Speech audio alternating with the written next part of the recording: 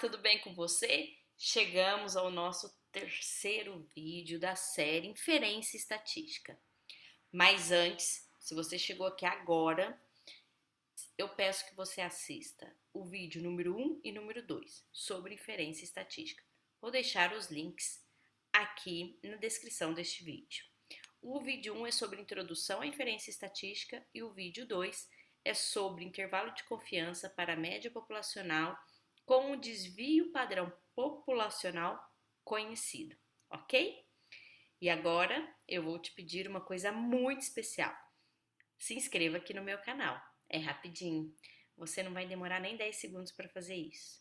Assim você me ajuda e eu continuo ajudando você, ok? Vamos agora para a nossa telinha, aprender de uma maneira bem fácil e bem leve intervalo de confiança para a média populacional com o desvio padrão populacional desconhecido. Vamos lá. Então, atenção para este recadinho, tá? Já falei para você, porque assim você vai entender melhor este vídeo, tá bom? Bom, nem sempre é possível calcular o desvio padrão populacional. Uma vez que o objetivo é inferir a média populacional através da média amostral, obviamente que conhecer o desvio padrão populacional se torna, em algumas situações, utopia, né? Lembrando que o desvio padrão populacional e a média populacional são cálculos provenientes de um conjunto de dados de uma população.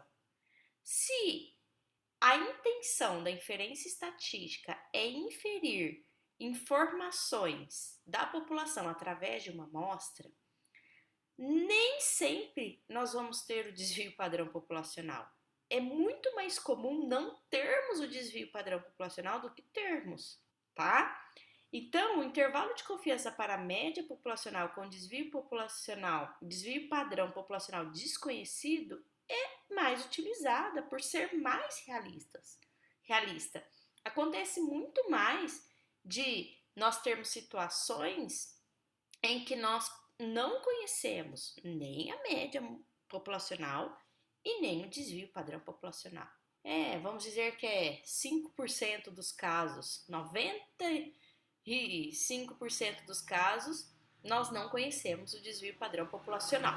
Quando o desvio padrão populacional é desconhecido, usamos uma aproximação pelo desvio padrão da amostra. Então, nós calculamos a média amostral e depois o desvio padrão amostral para daí encontrar um intervalo de confiança que vai inferir a média populacional. E aqui nós usamos a distribuição t-student com n-1 graus de liberdade. No vídeo 2, quando o desvio padrão populacional é conhecido e queremos um intervalo de confiança para inferir a média populacional, nós não usamos a distribuição t-student, nós utilizamos a distribuição normal. Por enquanto, acredite em mim, tá?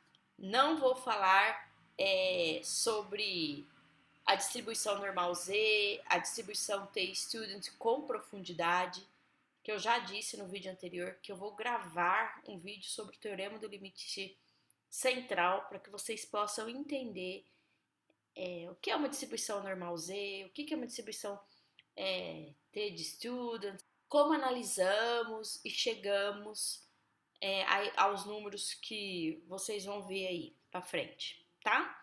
Por enquanto, acredite em mim que dá certo, que vocês conseguem resolver todas as situações que envolvem isso, tanto se você estiver numa universidade, como se você estiver trabalhando em uma empresa ou com dados, você vai conseguir resolver numa boa belezura. Por enquanto, acredite em mim, ok?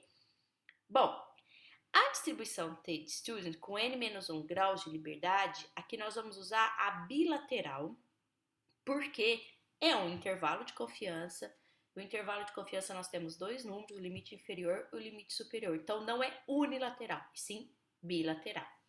E o tamanho da amostra é menor do que 30, porque se for maior do que 30, já não vou usar mais a distribuição t-student, eu vou usar a distribuição normal, tá? Como no outro vídeo, né? O intervalo de confiança tem a mesma estrutura.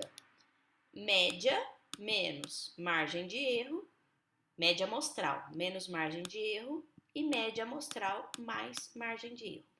O que muda é que a margem de erro aqui, nós usamos a distribuição t-student.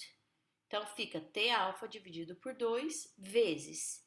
E aqui, ó, é o desvio padrão amostral, dividido pela raiz quadrada do tamanho da amostra. Então, assim, temos o intervalo, né? Média amostral menos a margem de erro, média amostral mais a margem de erro. E agora eu vou ensinar você a olhar nessa tabela. Essa tabela é assim, ó, que a gente olha. Essa tabela eu peguei da internet, tá? Então, você entra lá no Google, coloca lá, tabela da distribuição t-student. Vai aparecer um monte lá, você pode pegar qualquer uma.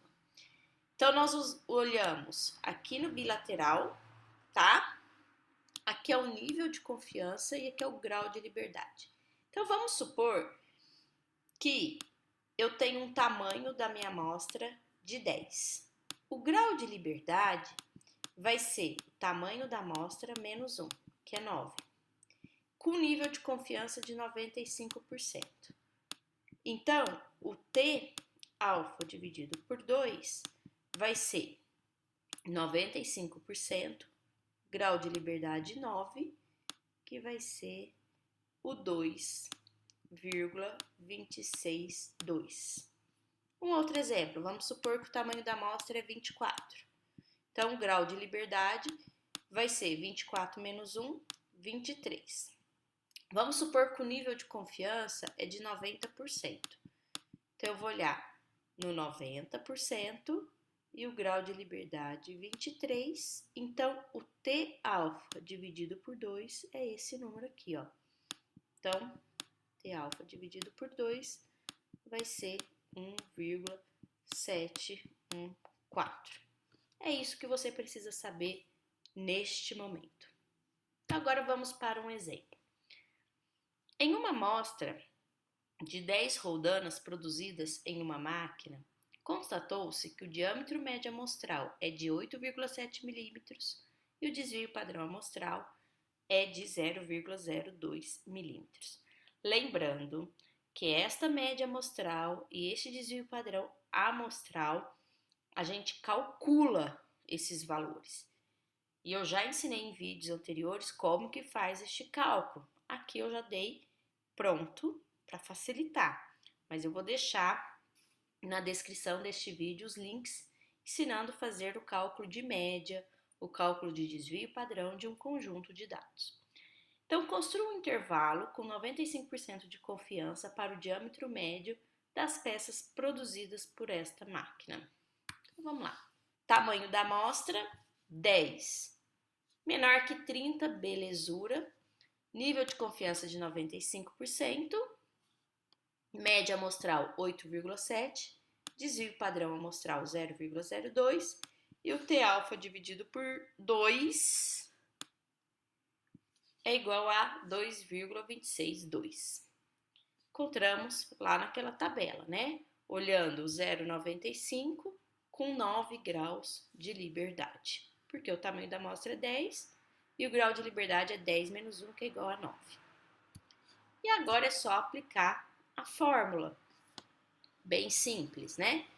Média amostral menos T alfa dividido por 2, que é 2,26 aproximadamente, vezes desvio padrão amostral, 0,02, dividido pela raiz quadrada do tamanho da amostra.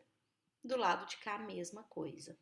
Então, fazemos primeiro o cálculo da margem de erro. 0,02 dividido pela raiz quadrada de 10, depois multiplica por 2,26. Faz assim, ó.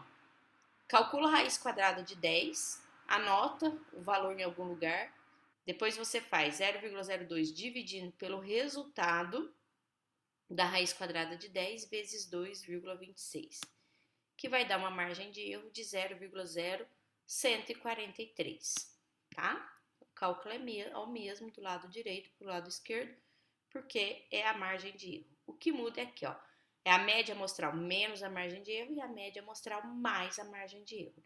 Então, 8,7 menos 0,0143, 8,6857. 8,7 mais 0,0143, 8,7143. Temos aqui um intervalo, limite inferior, limite superior. O que esse intervalo nos fala?